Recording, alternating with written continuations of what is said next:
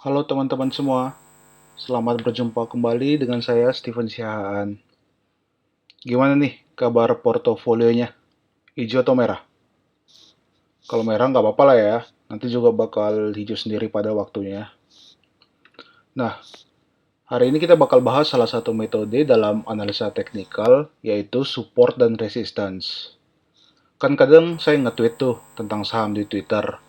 Oh iya, yang belum follow Twitter saya bisa follow, nanti saya taruh alamatnya di deskripsi. Siapa tahu nanti kadang lagi rajin suka share-share insight-insight tentang saham juga di situ. Nah, kan kadang kalau nge-tweet tentang saham di Twitter itu pakai kata-kata support, resistance, dan gitu-gitu. Buat yang belum tahu, kita bakal bahas sih di sini penjelasan tentang apa sih sebenarnya support dan resistance itu. Nah, tapi sebelum masuk ke situ, kita bakal bahas dulu why-nya. Kenapa sih sebenarnya kita harus belajar tentang support dan resistance tersebut? Nah, jadi kan ada beberapa pendekatan untuk menganalisa suatu saham, yaitu analisa fundamental dan analisa teknikal. Tapi untuk sesi ini kita bakal bahas cukup tentang analisa teknikal aja. Analisa teknikal itu dibangun dengan asumsi bahwa pergerakan harga saham adalah segalanya, dan harga pasar tersebut ditentukan oleh permintaan dan penawaran pada saham. Contohnya ketika banyak permintaan terhadap satu saham, dia bakal naik gitu. Ketika banyak yang beli kan dia naik, ketika banyak yang jual dia bakal turun gitu. Jadi semua itu tergambar dari harga di saham tersebut gitu.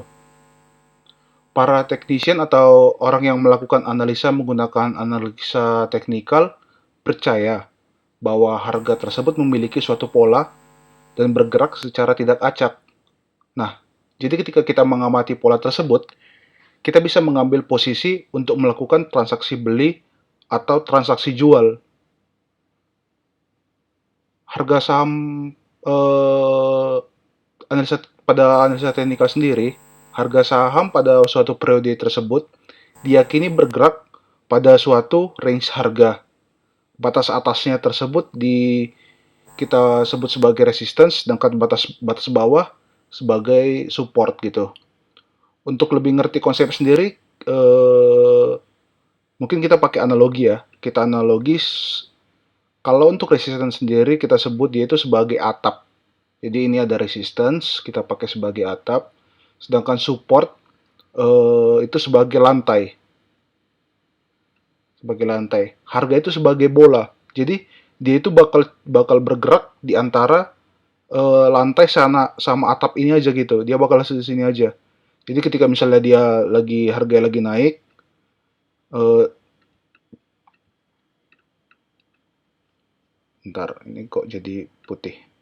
Oke, ketika lagi naik, naik, naik, naik, naik. Nah, dia kepentok di atapnya tersebut, dari sini tersebut.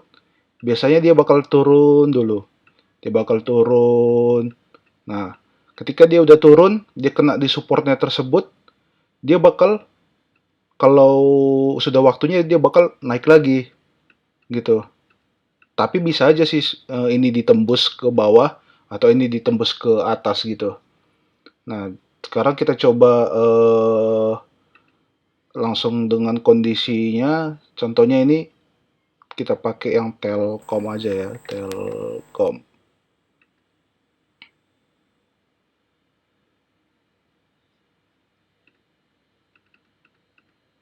Nah, kalau kita perhatikan dari grafik chart Telkom ini sebenarnya udah tergambar cukup jelas sih support sama resistennya di mana gitu. Jadi contohnya dia naik, turun, naik, turun, naik, turun, gitu-gitu aja kan. Nah, kalau kayak gitu sebenarnya kita langsung bisa gambar sih eh di mana support sama resistennya. Contohnya ini kan. Nah, untuk support sendiri itu kita ambil dari harga terendah di mana dia sering mengalami pemantulan. Sedangkan harga resisten itu harga tertinggi, tertinggi bisa dibilang sih, dan sering mantul di situ. Bukan mantap betul ya, tapi maksudnya lawan arah, harga sering berubah. Contohnya kita set supportnya itu di sekitar di sini.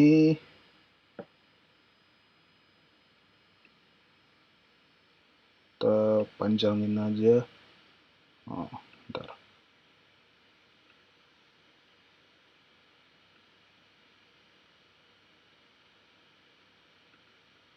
Sedangkan untuk resistannya,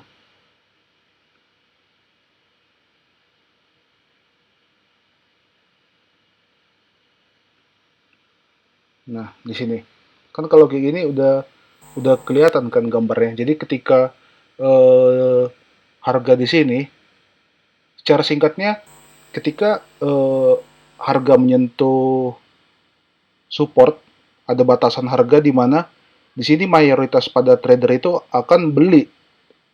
Mereka akan beli karena mereka memperkirakan bahwa harganya nggak turun. Jadi mereka udah dapat harga terendah, mereka bisa mereka bisa masuk posisinya beli di situ. Sedangkan resisten tersebut adalah kebalikannya. Jadi ketika mereka udah beli di sini, mereka ketemu resistennya di sini. Ini kan di sini ada resistennya ada di sini. Nah, jadi ketika mereka harganya udah sampai di sini, di hari yang ini contohnya tanggal 29 April, mereka pada rata-rata trader itu mereka pada jualan gitu. Karena itu sudah mendekati resistance-nya gitu. Nah, resisten itu biasanya kan dibentuk dengan membentuk garis horizontal pada titik harga saham tertinggi pada suatu periode waktu tertentu. Nah, ini kan support itu di bawahnya. Nah, ketika ini kan ada kondisi ketika dia melewati itu kan. Ketika kondisi suatu harga melewati harga resistannya, itu biasanya disebut dengan breakout. Dan kondisi ketika dia menembus harga support, itu bisa dibilang dengan breakdown. Contohnya kayak kemarin itu sempat yang breakout adalah MDKA. Ini saya juga sempat sharing di Twitter tentang MDKA. Nah, MDKA itu kan kalau kita lihat, nah ini grafiknya, dia naik, naik, naik, naik. Harga tertingginya itu sebenarnya kan di sini kan. Nah, di sini. Resistannya itu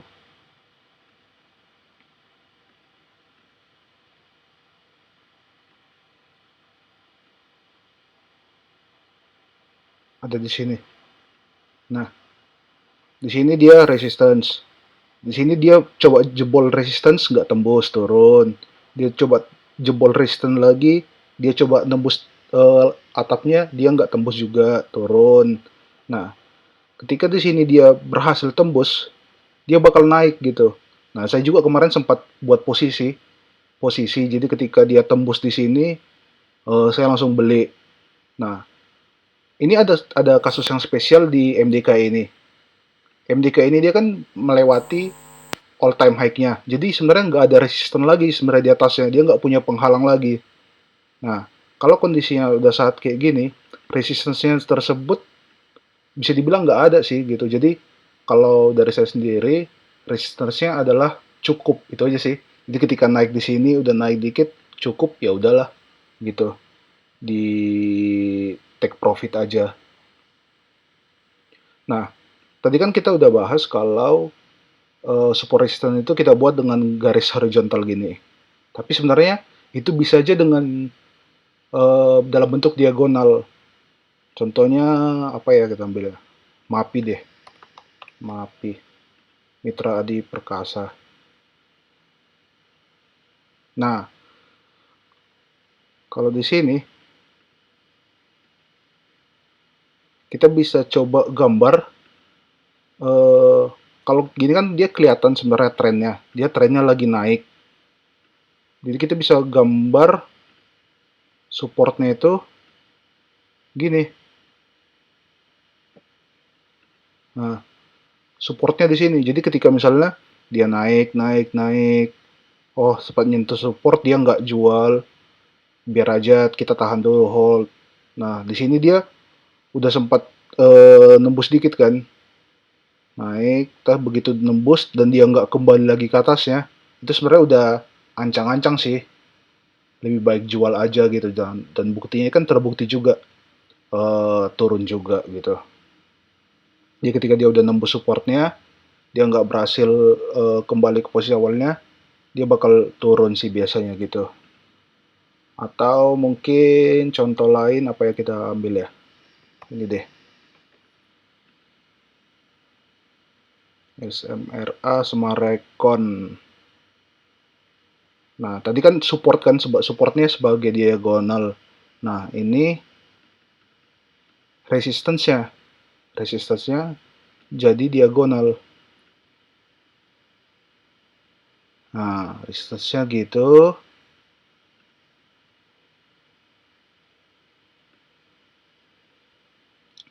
Supportnya gini. Nah, kalau gini kan cantik dia. Flag, areanya semakin menyempit. Kalau saya sendiri sini, ini kan begitu dia berhasil break ke atas, ada kemungkinan dia bakal jauh sih naiknya gitu. Tapi ketika dia berhasil, dia nggak mampu untuk break yang ini kan berapa kali? Dia hampir coba di sini gagal, dia coba sini gagal, dia coba di sini gagal, ini masih gagal, masih gagal. Nah, ketika dia berhasil break resistance yang ini, ada kemungkinan dia bakal naik sih. Nanti kita coba lihat aja. Kalau saya sendiri udah masuk sih, udah ambil posisi, jadi semoga dia bisa perform. Kalau teman-teman mau ikutan masuk, bisa juga sih ngelihat ngelihat di sini gimana beberapa hari ini. Semoga dalam beberapa hari ini dia bisa perform dan nggak breakdown ke bawah. Itu sih. Nah, sebenarnya selain menggunakan yang kita gambar garis secara horizontal atau diagonal tersebut, sebenarnya ada cara lain lagi sih sebenarnya yang lain. Kita bisa pakai contohnya dari moving average. Dan ada moving average, contohnya kita pakai MA5 gitu. Kita lihat gambarnya nggak kelihatan ya.